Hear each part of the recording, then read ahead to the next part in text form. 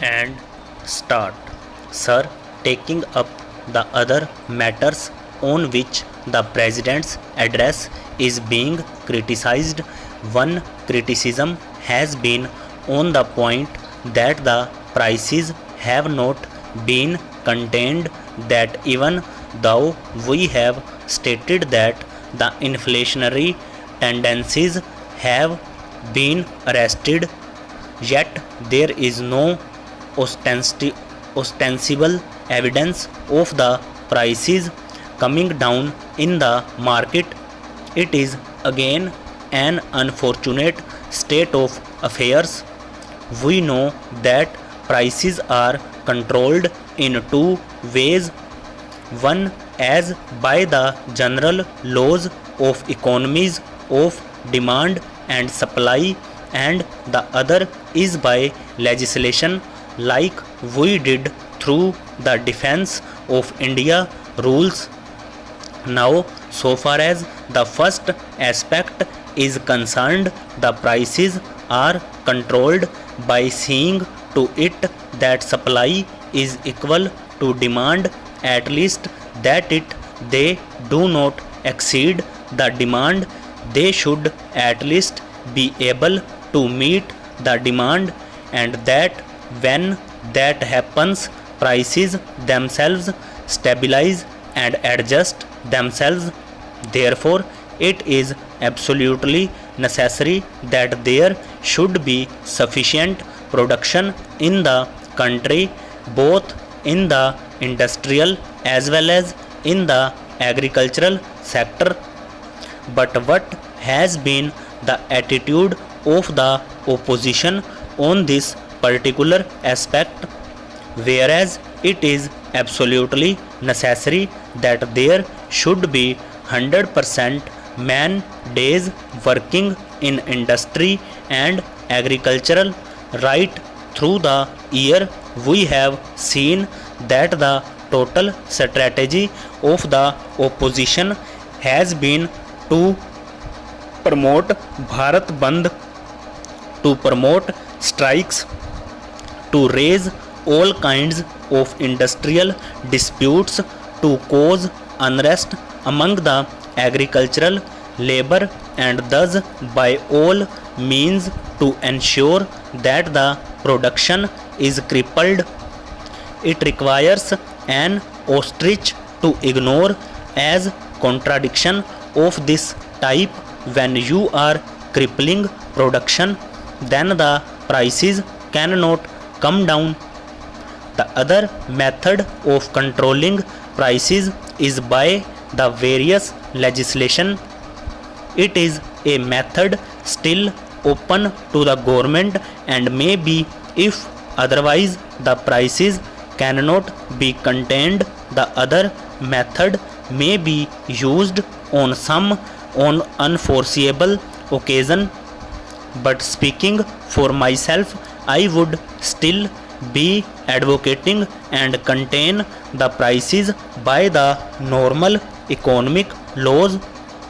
Socialism always means an increase in production, an increase in the wealth of the country by producing more in industry and agriculture, and it is result of this increased production which is distributed amongst the people.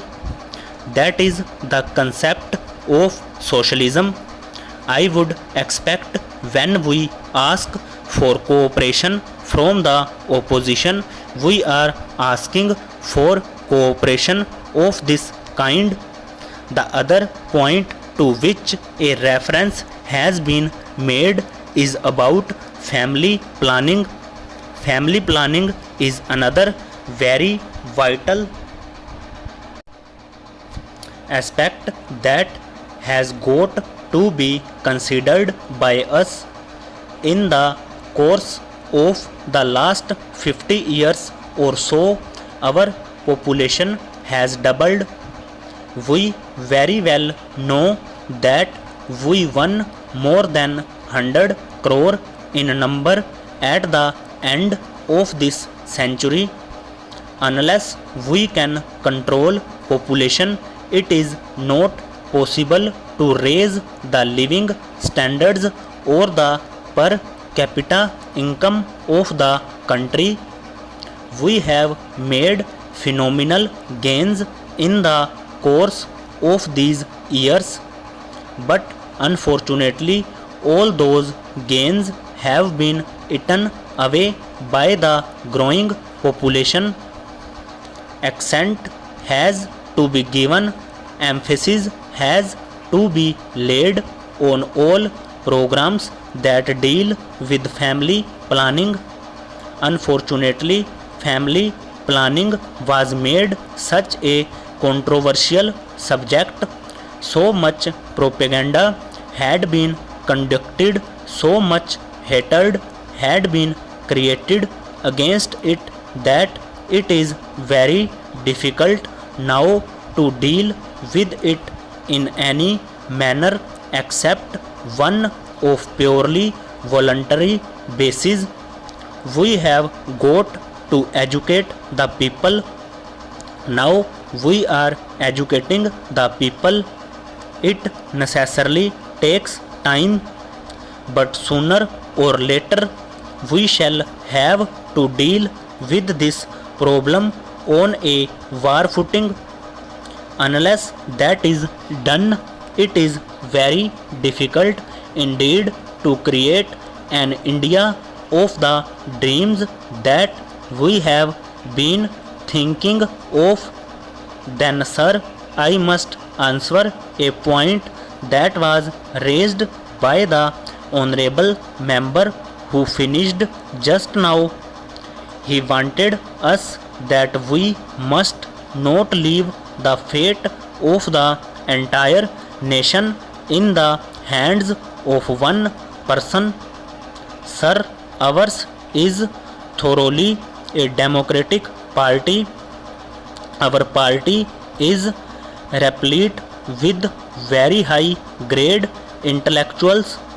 Some of the finest intellectuals of the country adorn our party, but whenever decision making is concerned, you will find always in all countries it is at the top level with one person.